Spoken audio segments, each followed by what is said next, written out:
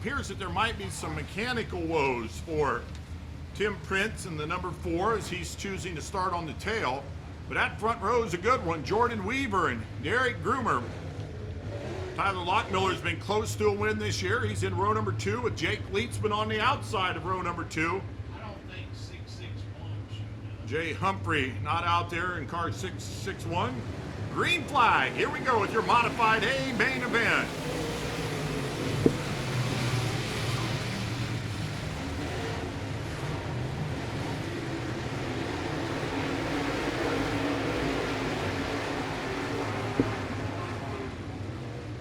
Jordan Weaver, your winner. Whoa, we got Lockmiller a little loose in turn 4.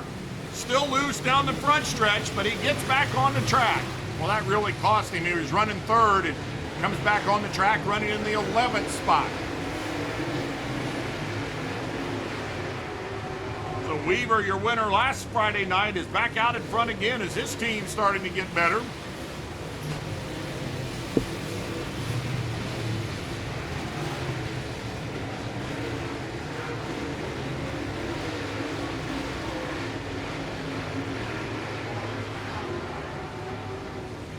You hear that before it exits out.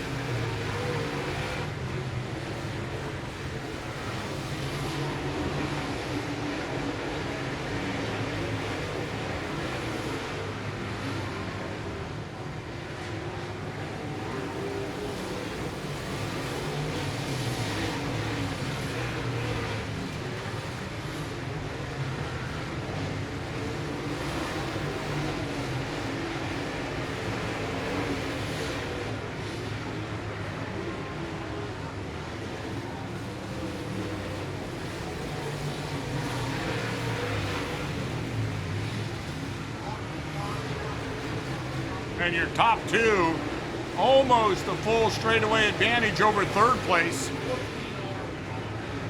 Weaver with about a 2 or 3 car length advantage over Groomer, just hadn't quite been able to get all the way away from him.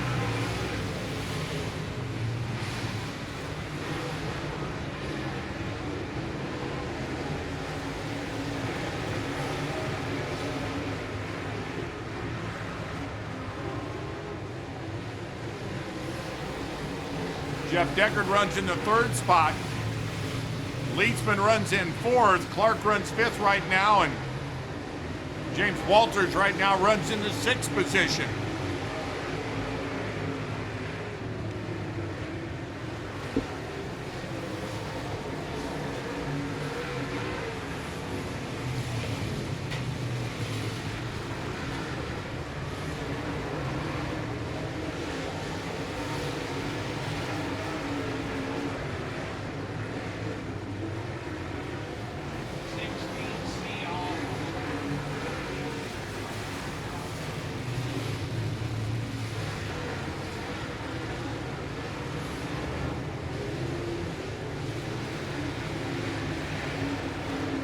We're now back into a situation where your leader has a lap car, probably going to get in a situation where he's going to have to pass him down in turn number 1. So here comes your leader out of 4.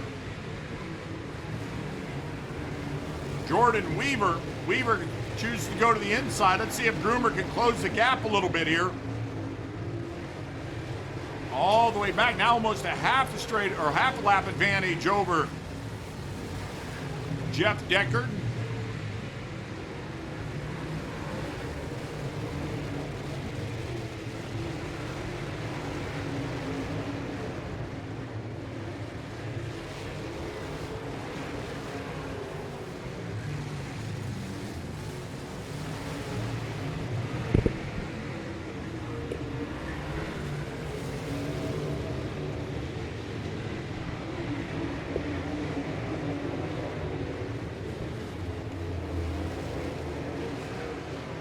Well, the lap traffic has only been one car at a time, but we're about a lap away from it being 4 cars, maybe 5 right in front of your leader.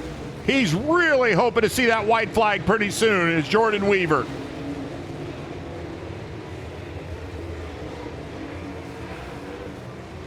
It's still Deckard in 3rd, Leedsman in 4th. James Walters in the 5th spot, but I see the flagman reaching for the white. Brian Hottie, who's already flagged the feature over at the Bloomington Speedway where the Wing 305s ran, is hustled back over. Well, it hasn't been a battle, but oh man, right in front of your leaders. We have a yellow. I mean, literally right in front of your leaders. Has the 53 of Jason Clark. As Jordan Weaver was going to come down to see the white flag, instead he sees the yellow flag waving.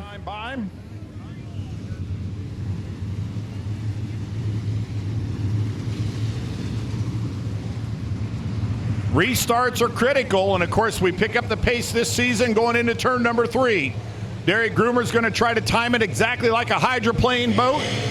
He stays right with him, does Groomer. Groomer gets to the inside. What happens is they come out of 4. Jordan will lead him by half a car length. Jeff Deckard's probably hoping he's exactly in the right spot as he sits 3rd. If those two would get together, Deckard could be sitting in the catbird seat. Weaver will lead him off of 4, but I'm telling you, Groomer, we've got a spin down in 3 and 4.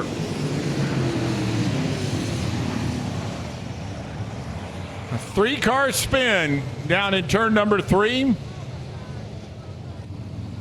Pick your favorite driver. If you're cheering for one of these two up front, you better cheer hard for him, because it's going to take everything Jordan Weaver has to be able to keep the longtime veteran Derek Groomer behind him.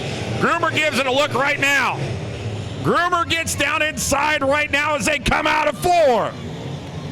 Leaning on each other just a little. Jordan Weaver has a good front stretch. Groomer's alongside, half a car length. Good corner right there for Jordan Weaver.